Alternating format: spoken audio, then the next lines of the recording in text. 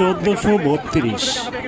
হ্যাঁ, এই সংখ্যাটি সবারই কাছে একটা আনন্দের সংখ্যা, কারণ আজকে হচ্ছে শুভ নববর্ষ। সবাইকে জানাচ্ছি আন্তরিক শুভেচ্ছা ও অভিনন্দন। বন্ধুরা, সবাই নিশ্চয়ই ভালো আছো, সুস্থ আছো। যে যেখান থেকে আমার আজকের এই ভিডিওটি দেখতেছো, সবাইকে অসংখ্য অসংখ্য ধন্যবাদ। তো আমরা চলে আসছি জিয়া উদ্যানের একদম মেইন গেটের সামনে। তো সংসদ ভবনে আজকে ড্রোন শো হচ্ছে পয়লা বৈশাখ উপলক্ষে। তো এখানে দেখতে পাচ্ছ যে ড্রোন শোগুলো সব আকাশে উঠে গেছে। এখন একটা একটা করে শো তারা দেখাবে। এই যে শুরু হয়ে গেছে, এখন দেখতে পাচ্ছি যে একটি পাখিকে মুক্ত করে দেওয়া হচ্ছে একটি খাঁচা থেকে। তো আসলে বাংলাদেশ মুক্ত হয়ে গেছে একটি খাঁচা থেকে, যেমন পাখি মুক্ত হয়ে যায় সেরকম। তো অনেক সুন্দর লাগতেছে ড্রোনে, আসলে পুরোটাই মনে হচ্ছে 3D আকাশের মধ্যে ভেসে আছে এরকম লাগতেছে। তো তোমাদের কার কার ভালো লাগতেছে অবশ্যই কমেন্ট করে জানাবে, আর ভিডিওটি অবশ্যই লাইক শেয়ার করতে ভুলবে না।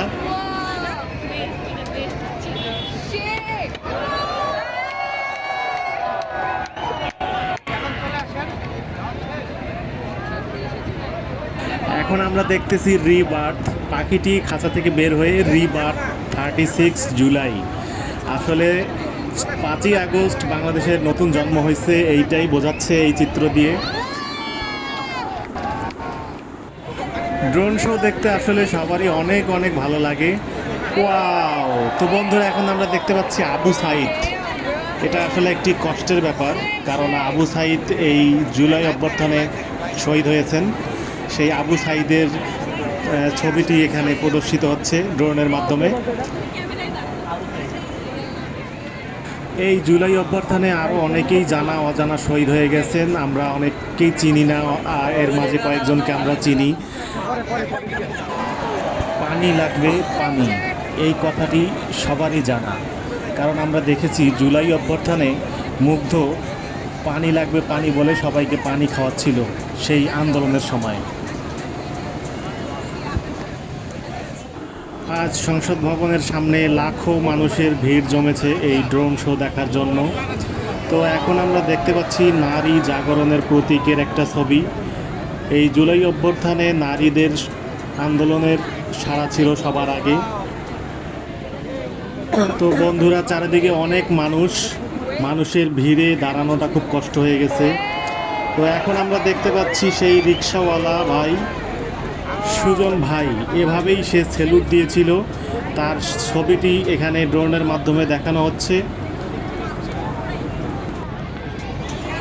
আমরা যতটুকু জানতে পেরেছি যে আজকের এই ড্রোন শোটা চায়না থেকে বাংলাদেশের বাঙালিদের জন্য এই প্রদর্শনটি উপহার হিসেবে তারা দিয়েছে।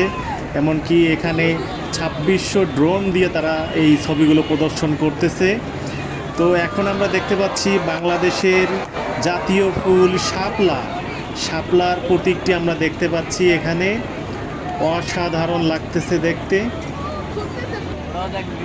আসলে যে বন্ধুরা, ড্রোন দিয়ে এত সুন্দর ভিউ তৈরি হয়, এটা আসলে নিজের চোখে না দেখলে কখনোই বিশ্বাস করা যেত না।